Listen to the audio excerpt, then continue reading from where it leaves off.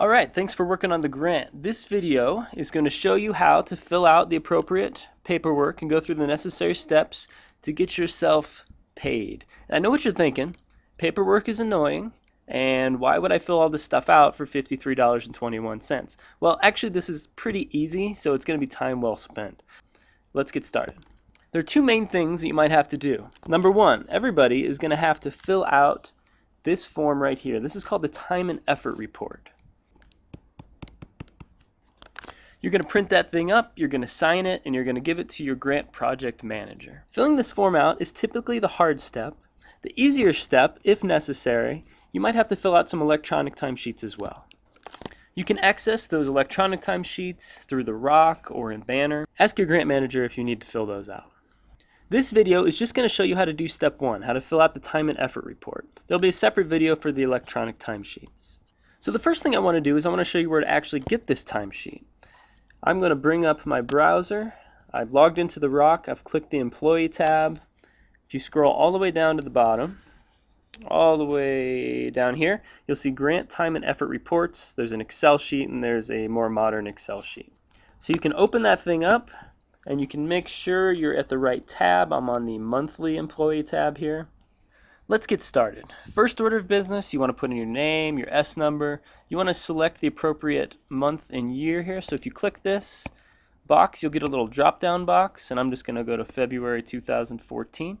You want to put your main org code here. In my case, it's 111635, and that's math. I want to run through a couple general scenarios first. The first scenario is if you primarily just work for one org code, and you're doing this grant work as extra pay or overload. If that's your scenario, this is going to be pretty easy. You're just going to put all of your teaching hours in here on this column on the left, and then you're going to put your grant information here, and you're going to put all your grant hours here on the right, and I'll show you how to do that. If your scenario is that your grant work is actually part of your base salary, then you're going to put your grant org code right here in this column, and you're going to put all your grant hours on the left. If you're an employee that works for several different org numbers and you're also doing grant work, my best advice is for you to talk to your grant project manager, and they're going to help you out with this.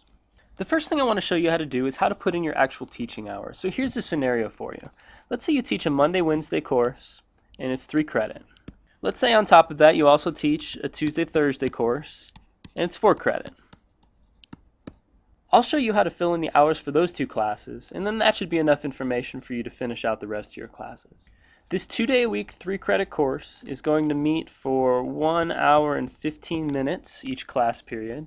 We're going to round that up actually to 1.5 hours, and we're going to multiply that number by 2 to get 3 hours. I had to look at my calendar, but now every Monday and Wednesday we want to enter 3 into our hours here for that one class. So there's 3 on that Monday, there's a Wednesday there, here's Monday. I know we offer a lot of different classes that meet for different time periods, so there's a general rule here. The general rule is you take the number of credits that the class is, you multiply that number by 2, and that's how many hours you should have for each week for that one class. A Tuesday-Thursday class twice a week meets for 1 hour and 40. I'm going to round that up to 2 hours. We're going to multiply that by 2, and you get the number 4. There's a pattern developing here. I'm going to enter every Tuesday and Thursday. I'm going to go over to the sheet and I'm going to enter 4 hours. Oops. Again, general rule of thumb, if you take this number of credits here, multiply that by 2, you get 8. That's how many hours you should be working for that one class each week. Now you're probably wondering, what's with all this rounding up and multiplying by 2 business? This is actually just the calculation that you do to account for hours spent outside of the classroom, say grading or preparing for lecture, that kind of stuff. So you can finish filling out the rest of your teaching hours here. I want to move on to actually entering the grant hours. So again, if you're taking the grant as either overload or extra pay, you're going to put it over here. There's a drop down with different org codes. I don't honestly know what's what, so I'm just going to pick one. You can just go down the list and start entering the hours that you work. There's no rounding up or multiplying by 2 or anything like that. It's just straight the number of hours that you actually worked that day on the grant. So that's pretty straightforward. One thing you'll notice is that you get a lot of totals. You get daily totals of hours worked per day. At the bottom you get your monthly totals. If you scroll back up and to the right, you'll see these boxes. And you'll notice that your org code is automatically copied over into these boxes. You want to give a brief description of what you do. So number of credits taught, if you have any extra department duties, that kind of stuff. And if you scroll down, you want to do the same thing for your grant. And that's really it. You want to print this thing up. You're going to sign it down sort of towards the bottom left, right down here. You're going to sign it, and you're going to give it to your grant project manager. So your grant project manager will make sure everything looks okay.